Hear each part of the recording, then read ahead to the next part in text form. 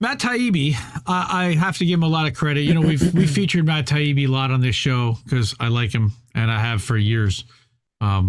He kind of is a bellwether to me of when he starts to get it, he kind of brings the normies over in a way. And I hate using the term normies, but the people who aren't necessarily plugged in, if Matt Taibbi writes it, they tend to pay a little bit more attention because he's shown up on their TV occasionally, and he's a name that they know from Rolling Stone, and he's got credibility, and they've tried to attack his credibility in the last year, of course, in front of Congress. Debbie Wasserman Schultz with the Twitter file stuff, and that he's become Elon's personal stenographer, yes, for exposing the fact that they've been in bed with the intel community, and they don't like that very much. But well, he was high in liberal circles. Like he was on Bill Maher. He was right, like at DNC conventions. Like he was one of them. He considers himself a liberal, so a classic liberal, but a traditional liberal, right? But not not the Democratic quote unquote small L neocon liberal that exists today, warmongering, anti-free speech, pro censorship kind of that's. But what he's talking about, and he's finally getting it, I feel like. Either that or he's at least saying the quiet part out loud, which is that, again, it's not left versus right, but rich versus poor, top versus bottom, which is what we've been saying. It's money versus everyone else, and that the realignment of major parties away from blue and red and toward a rich versus poor dynamic is America's most uncovered political story. Not by these, not by us. Right. Undercovered. Right? Undercovered by whom? The people who it is completely against their interests to undercover.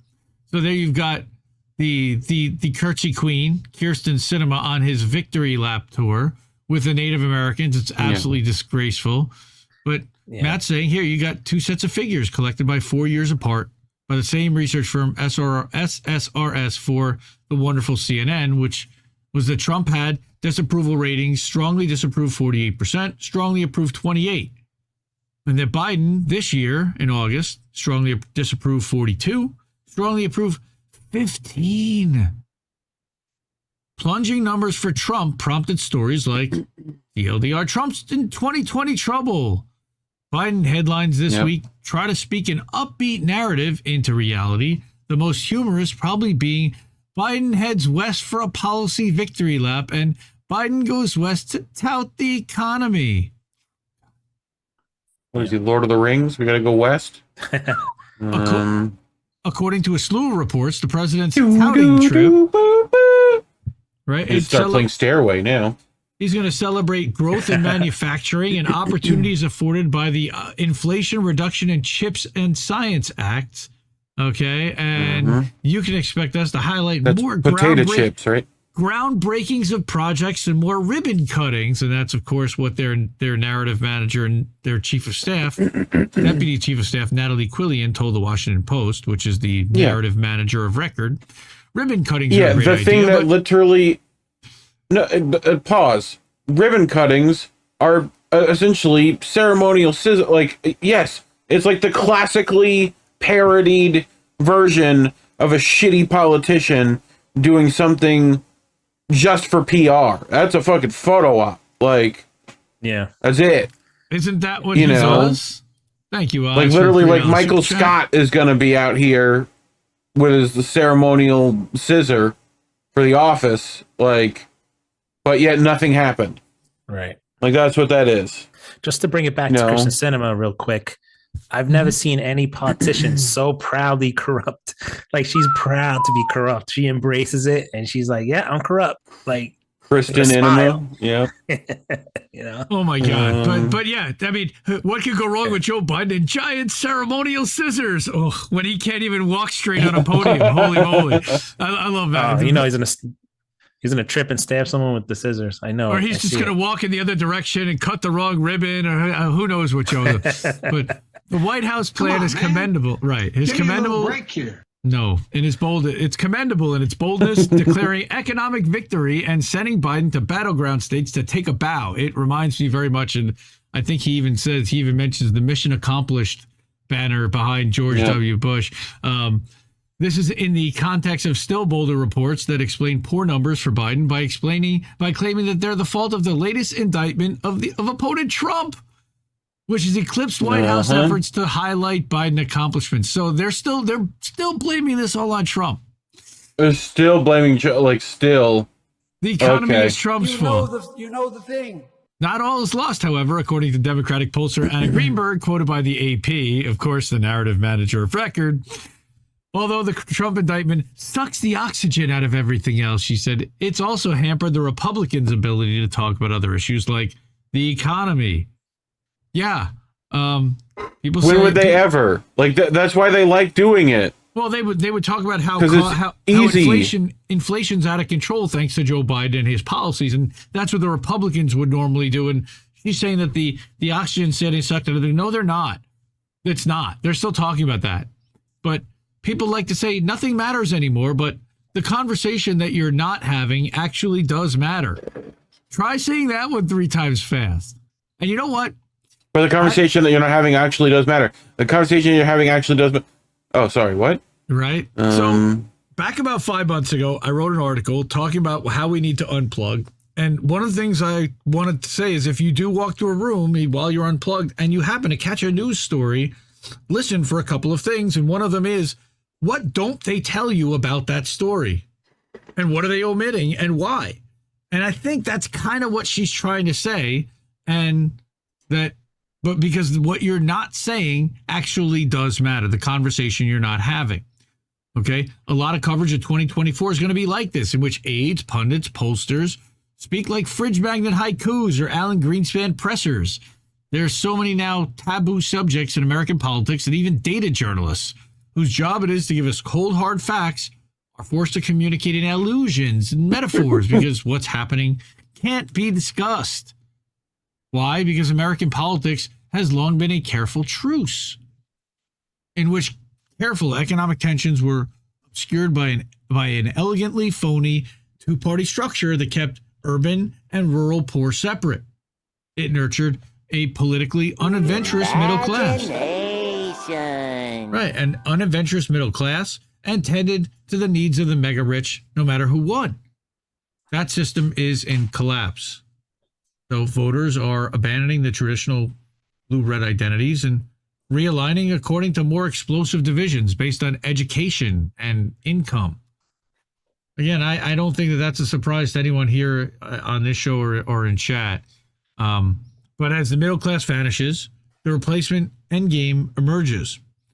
A small pocket of very wealthy and very educated for whom elections have now mostly been ceremonial and to whom more fraught realities of the current situation are an annoyance, will move to one side, and that's your 15% strongly approved group of Joe Biden. Remember how we had that number up here, strongly approved 15%, right? Yeah, it's like religion. It's like literally they just want the ritual of it, mainly. You know? All right. And like then, we'll get some choir boys out to shake some incense around, and it'll all be groovy. Right. Those are the Marie Antoinettes who'll go to the razor pledging loyalty to the regent, even if he's a loon in a periwig or Joe Biden. Periwig. Yep. Wig. Periwig, yes. Like the ceremonial from the 1700s, that type of thing. Yes. The inevitable other constituency is just everyone else, which should be a larger demographic. But the only real reason he sees that polls are at 43-43 or perhaps slightly in Biden's disfavor is because the other actor is Donald Trump. I disagree with that too. Which they're worried about. But if it was Ron DeSantis, it would still be 43-43. If it was, I don't think so. If it was Tim Scott. If it was Tim Scott. No, I think Ron DeSanctimonious actually would get far less approval. And like I think Biden is actually more likable than that guy. Because like that guy seems slimy. At least Biden seems like he doesn't know what he's doing and is a lovable fucking grandpa. Somebody that's who they want to go against. That's who they want. That's the Pied Piper. That's who they want, because that's the only they'd have a much better chance at doing it with that guy than Trump, who people actually, but some people actually like and find him charismatic. He's also been able to generate a ton of sympathy for him since he's left the office in this woe is me, they're coming after me, I'm just an ex-president, they're coming after me again.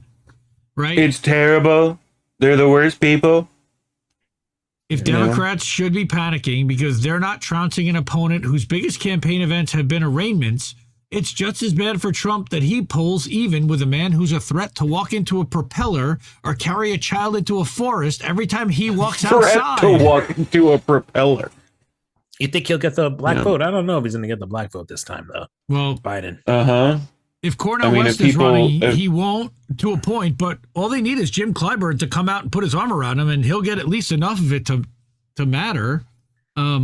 But still, the object figuring out whether you're for me or I don't know. Trump, I don't think Jim Clyburn can save him. I don't think Jim Clyburn is going to be able to save him this time.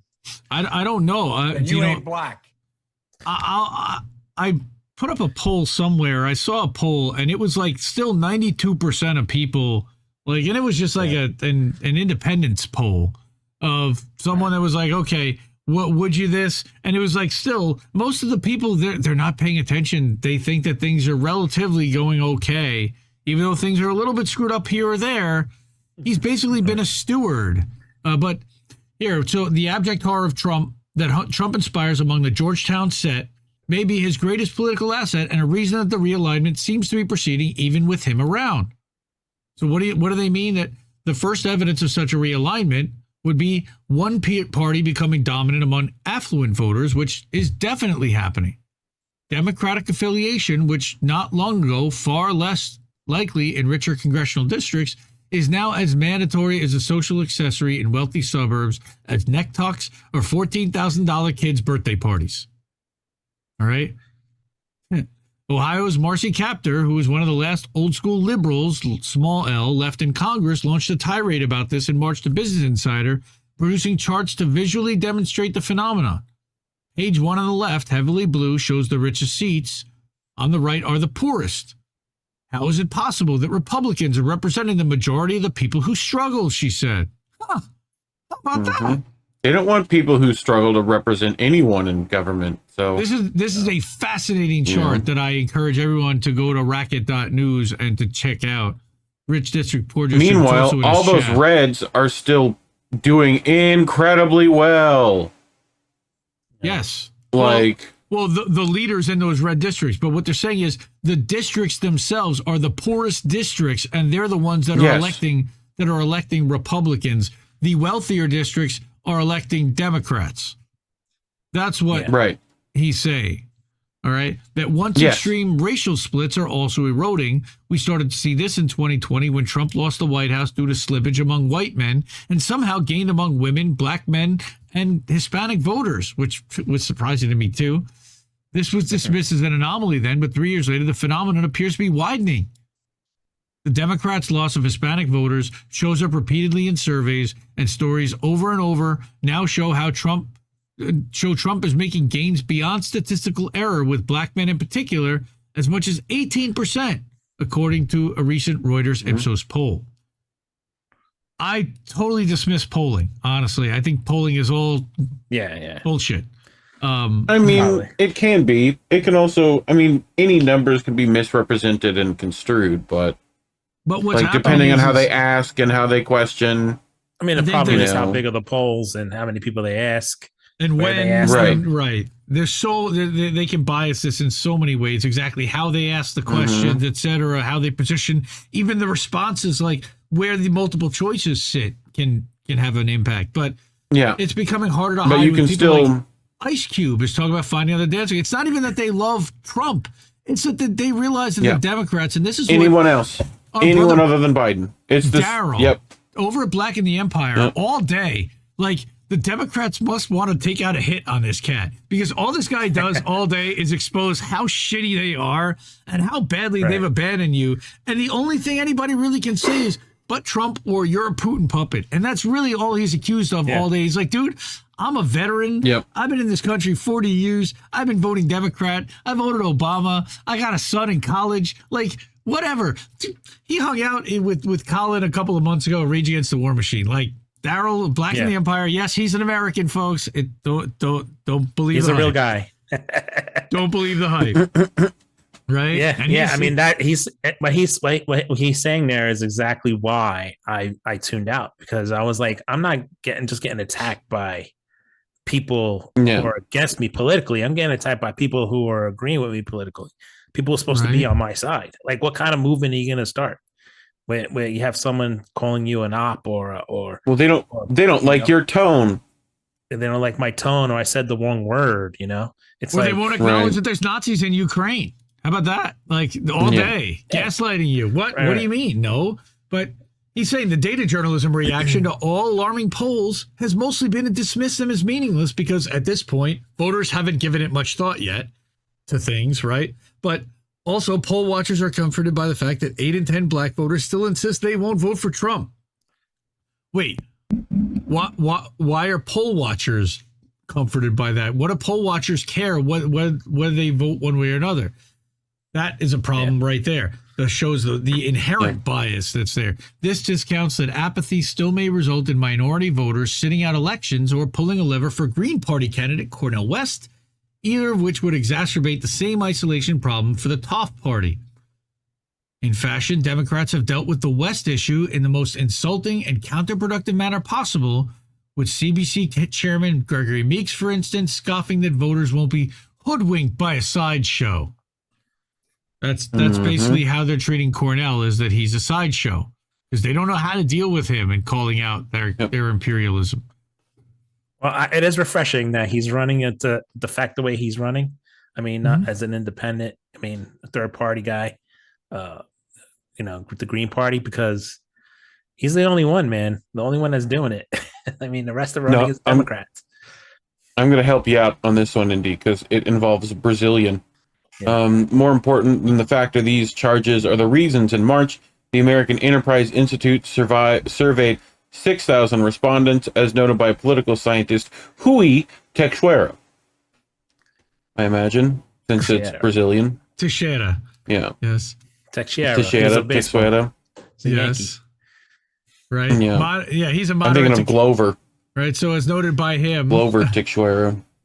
Moderate to conservative minorities by wide margins oppose reallocating police funding, described racism as a problem of individuals as opposed to institutions, and said by 70 to 26 margin that transgender athletes should only be allowed to play on sports teams that match their birth gender, quote unquote. The numbers were opposite for college grads, especially white college grads who, for instance, agreed that racism is, quote, built into our society by a staggering 82 to 18 margin. This is what the right wing calls the indoctrination of our children. And this is why they're trying to eliminate critical race theory, because now they believe that racism is built. And you know what? I kind of agree with that. And maybe it's because I am a white college grad. I am. Admittedly so, but in a lot of ways, and people hate hearing this, but racism, we're a country built on white supremacy and racism, and it still exists in our system today. And if you don't believe it, talk to any of our brothers and sisters of color anywhere in our space, and they'll tell you white supremacy still exists today, and it's prominent, prevalent, and still here today. And we're fighting alongside them to eliminate it and stomp it out. Right? Yeah, and hit it with a steel chair. Hell yeah. Give me a hell yeah. I mean, I agree. Take it from a person who had the cops called on him for standing outside someone's house. Talking to someone for saying that I was looking into a very serious crime. Saying I was trying to steal something out of somebody's driveway. So it's first you're standing outside of someone's house, then you're breaking and entering. That's right. It's a slippery slope. I mean, I was just looking through the window. Yeah, it's called loitering. That's what you were doing, you loiterer. Now, Matt, we know that Matt kind of he runs in this political kind of journalistic elite circle. He's been in it for a minute. And you're not, he only goes so far, because if you go beyond that, they won't have you on the shows, and they basically will cancel you, and you lose your very lucrative life. So the fact that he's starting to go here,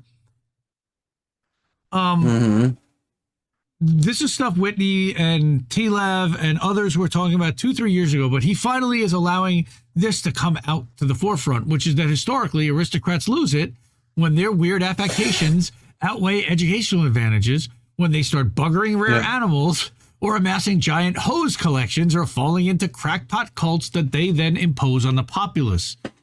I think out of everyone, they're probably mad at him the most, even more than the Gray Zone, because he was considered one of them. He was like, they were one of us. You were one of us, and I think that same thing with Mate and Assange, and but he was like he was on cable news, he was on everything. I mean, I think like they look at him like a betrayal, and the Twitter files was like the big like sin that he committed against the media, exposing. Yeah, well, he got one letter wrong, so Yeah, but that's like, to me, I think out of everyone, he would probably be the next Assange. Like, they would go after him to put him away, and they did already threaten him on that. Yeah, they sure have. So, they sent the IRS to his house. They threatened him with a lawsuit. But now they've dropped that case, supposedly. That's now been dismissed. But he said that the American variants already sound like aristocrats who use words like deplorable without irony and have a habit of believing things ordinary people instinctively find ridiculous. They're also enamored with the same mystical nonsense that captivated historical predecessors, with rich white co-eds gobbling up Ibram Kendi texts the way that guilt-ridden Russian nobles lined up for the purifying touch of Rasputin. Their experts, quote-unquote, even gather in places like Davos or concoct Swiftian parodies of upper-class condescension like the West's economic let-them-eat-the-bugs plan. So he's now... What is he? He likes Tay-Tay? He's now allowed to say that. He's now allowed to talk about the World Economic Forum and the Let Them Eat Bugs plan and Agenda 2030. Well, and I think that speaks more to the fact that, like, it's more out in the open. Like, it's hard to deny. You know? It is, except that that is verboten. The minute you start talking about that as a journalist, you're finished in their mind, because that's when they dismiss you as the crackpot. The minute you start talking about what their real motivations are and what they're doing behind the scenes. New World Order. WEF, New World Order. You become Alex Jones to them. It's why they did what they did to Alex Jones. And the older I get and the more I do in media, the more I realize Alex Jones. Yeah, he wasn't the monster. He wasn't the monster they all made him out to be in so many ways. Now, he was crazy. No, yes, he was. He was just a different kind. He's paid too. Like, he's paid to do that. They turned the frogs gay. All right. He turns real information into frogs gay. But he said that after and then everyone, like, then if you talk about that, you know, like, that's his job. Right. He brings it out to the point where if you then mention it, you become as crazy conspiracy and you know, out there as he is. I think early in his career, he was more legitimate. I think once he broke, he used to sound like a Democrat. Like, if there's videos, if you go back in him, he's like literally doing like lefty stuff, and then he started doing the Bohemian Grove stuff, and like but it became like Benny Hill. It became like he got pushed out of society, and he just became more and more. But I literally think that he was paid to like do that. Yeah, I think like somewhere he literally along the line, said he's acting, right? Yeah, I think somewhere along the line, that's what they all do. Did that, yeah, entertainment. That's literally one of somebody in chat is saying that that they, you know, in court that he had to argue that he was an entertainer. That's what that's entertainer. And his show is entertainment, and it's not trying to influence. You know, he's saying his opinions and similar. Now, what he did, stochastic, they literally created the word stochastic terrorism basically because of what he was doing in trying to sick his audience on the Sandy Hook families. And that's basically what I remember out of Alex Jones. And now he's got to pay up to the tune of $1 billion or beyond. And there's still lawsuits out there on him. But just to finish this out, that Matt thought that it was only a matter of time before the parties broke down after 2008, and it really aligned in 99 versus 1%. We're here. The phenomenon is obscured by Trump mania, and the press will try to keep it obscured, but the subtext of campaign 2024 is already the obvious drift of rich and poor voters in opposite directions, which can't end well isn't this the conversation we're not having that really matters? Come down this weekend to Trump Mania. Yeah. We're going to have, sorry, I can't keep doing that for too long. And you'll get excited. You know? Cream of the crop. Yeah. If you've ever, if you search on YouTube for the Alex Jones folk song, somebody took. I switched to fucking Macho Man. I was doing Trump Mania. Yeah, I know. Trump Mania. Well, that it would have to be. Yeah, but if you Google the Alex Jones folk song, it's just outstanding. And wow, whoever did that, it was a few years ago. Love it. Oh my goodness.